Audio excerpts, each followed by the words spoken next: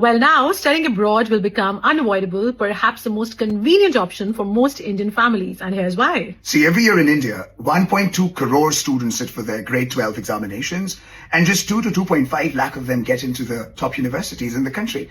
Undoubtedly, the universities like IITs or AIIMS or the central universities offer world-class education, but they have limited seats. So what happens to the rest of 97% of the students? Naturally, they need to start thinking about a plan B or plan something broad.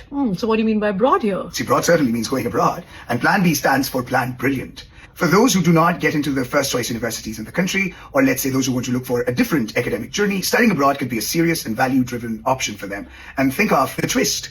Studying abroad can cost same as studying in a private college, some of the private colleges in India, or even less. That is surprising. How is that possible? See, that's where the families need right planning. They need awareness on the scholarships, or let's say the different channels of getting into the top universities. They need to maybe invest in SIPs to create a fund for their study abroad dream.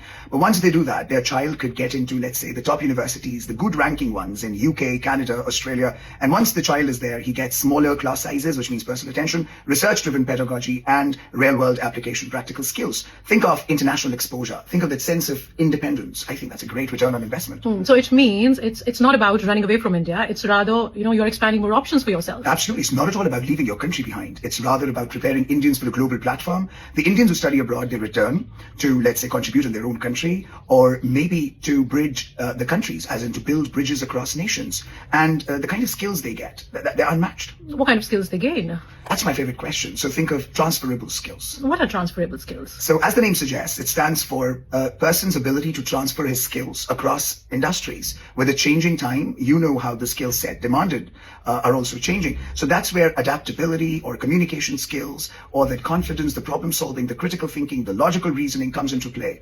In fact, the kind of skills you learn by studying abroad, the companies in tech, policy, design, business, they're looking for graduates who have this international exposure and who can really come up with solutions for, let's say, the international problems. Right. So how should a student get started? That's where the early starting is important, early planning.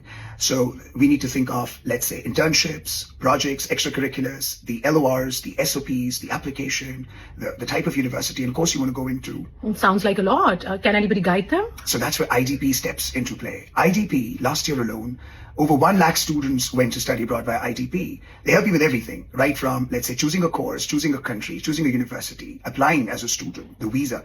They give you a 360-degree guidance. Right. So it means that if student does not get their dream college in India, they should not degrade their dream. Rather, they can upgrade it. Absolutely. Indians are among the brightest students in the world. With companies like IDP, they don't just get a seat, but a stage to showcase their unique, amazing self.